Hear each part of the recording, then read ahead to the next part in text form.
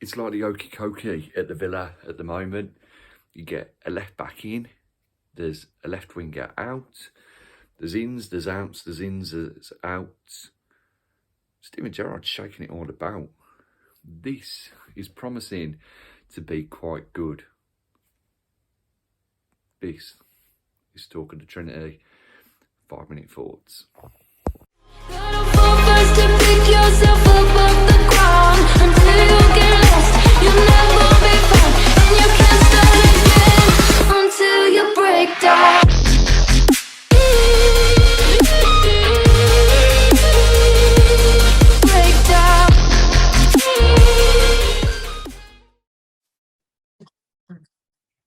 So we're back again for another 5-minute thoughts. The last one ran over a little bit. It was 2 minutes of extra time for you because we were crossed over to Ireland and we had Dave Martinez, Dance, Dave, Scott.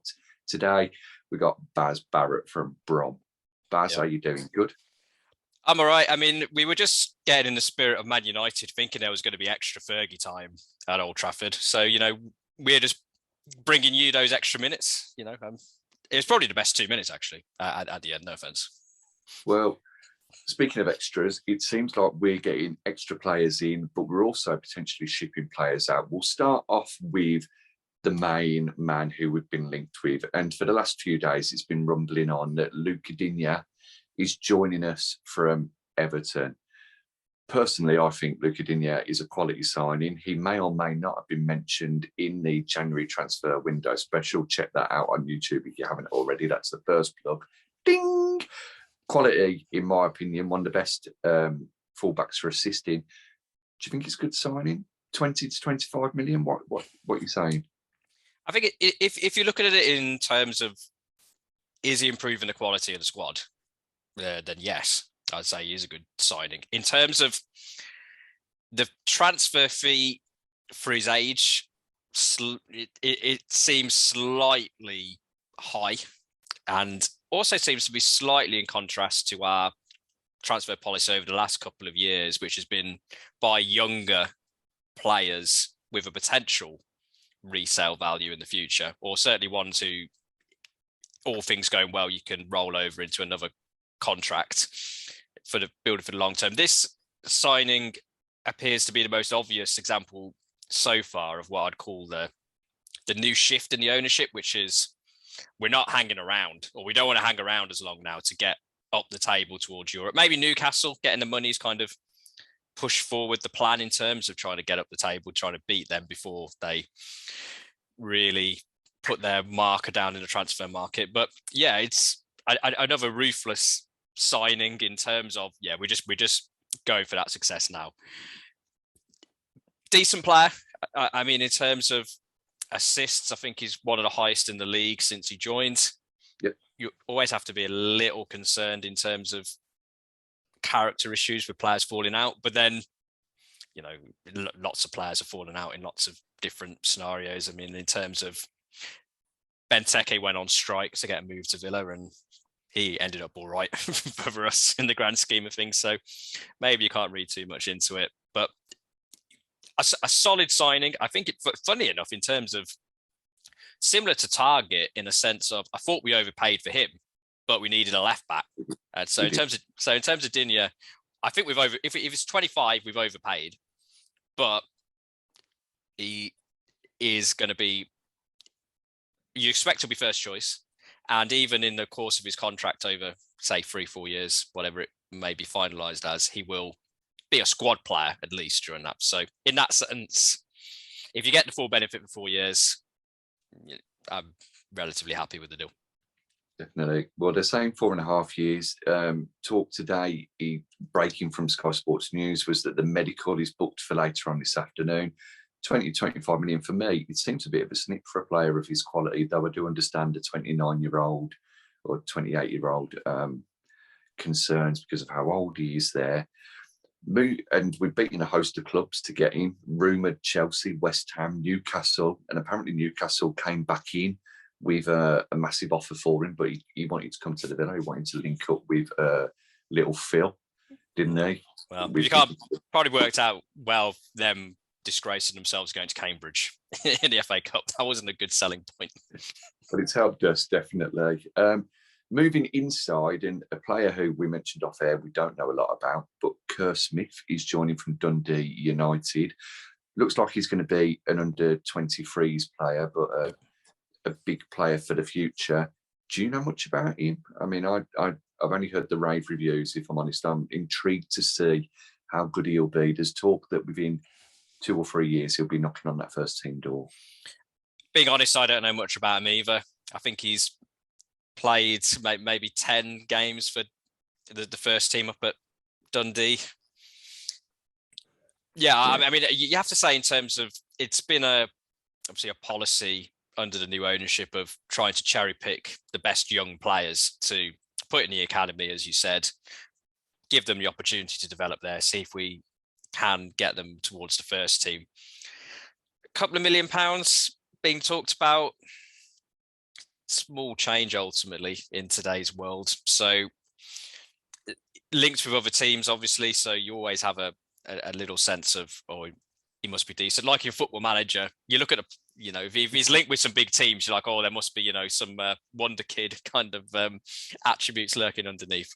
But the pathway for Villa, especially this season, is get players in the youth team, loan them out, see how they do. If they're not playing, we'll bring them back. If they also, in terms of some players, if you play really well in, say, a primetime Friday night FA Cup game, we'll bring you back to see if you can be in the first team squad. So established process, or in the process, or, kind of for Villa, being able to say to players, you'll come, you'll train with us, get a loan move, perhaps, and then if you're good enough, you'll get in the first team squad. So I can't really comment too much on Kerr Smith, whether I think he'll be playing centre-back for the first team in 5 years, but a good idea in terms of try and buy players when they're younger, when they're cheaper. And if, you only need to hit a home run once every however many innings you need to hit a home run in baseball.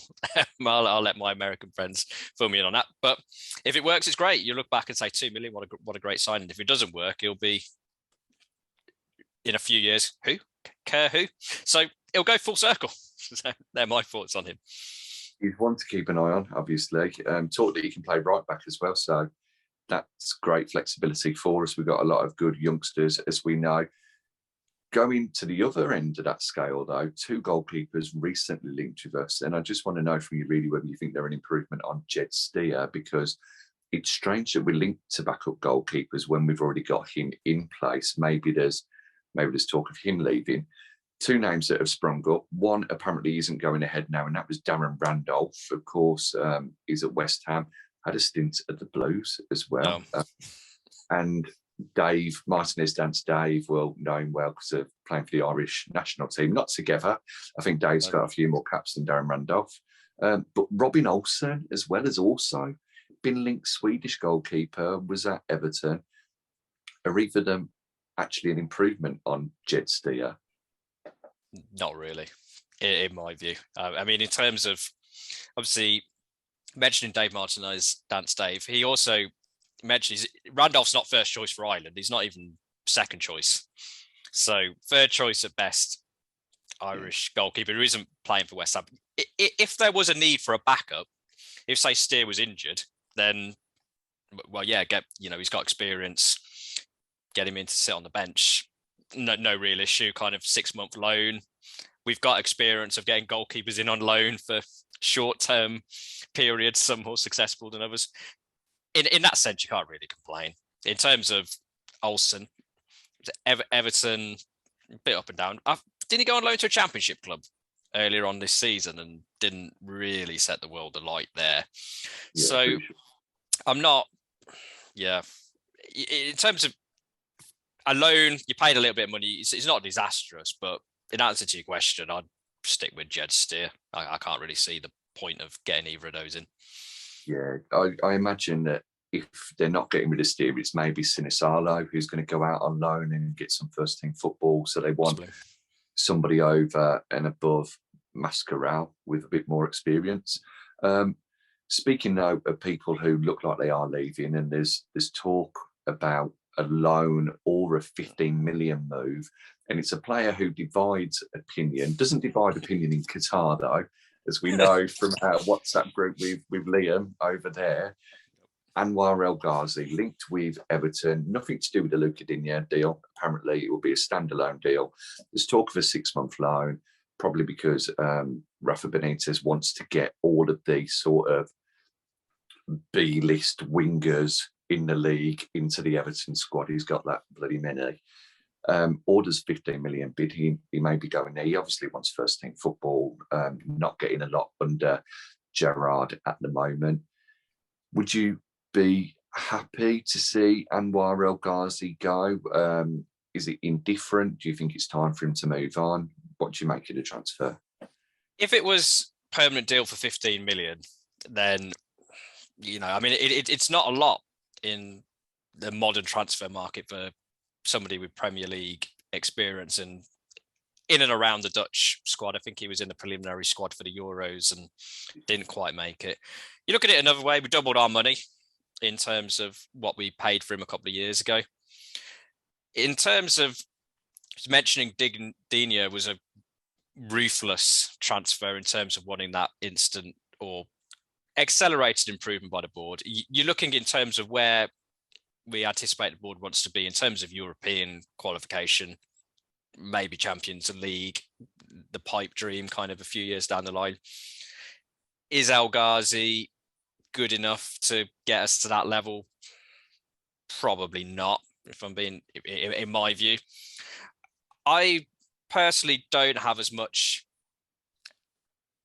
insert word here, which is negative in terms of El Ghazi, simply because, we got him in the Championship. He was a decent player in the Championship, scored in the playoff final. He was, a player which kept us, well, he didn't keep us up, but, in terms, he was part of that squad that kept us up. He had a decent season last year in terms of goal scoring. I can see why he divides opinion, because, he just does want to kind of sing the theme tune, write the theme tune, all that when he's on the field, and he's not quite at that level to be able to do that in the upper echelon of the Premier League.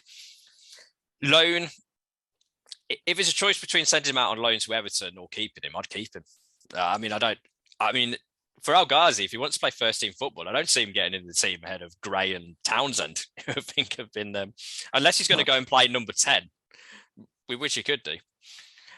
So yeah, for a loan deal, there's no real, unless there's loan with an obligation to buy in the summer, then yeah, for 15 million or whatever the price is, then yeah, I'd do that. But if it's just a 6-month loan and then comes back, I would keep him just for squad depth, and then see if we can instigate a bit of a bidding war in the summer.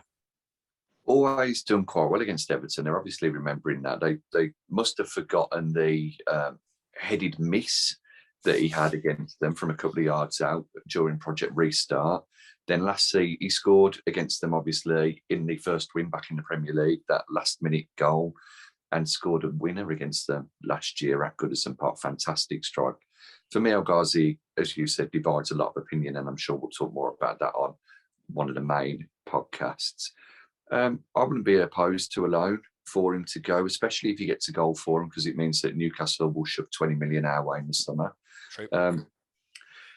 If he does well for them, then you do get a bit of a bidding war. If you've got the obligation to buy in there, then that's 15 million. Again, it just means that we get it later on.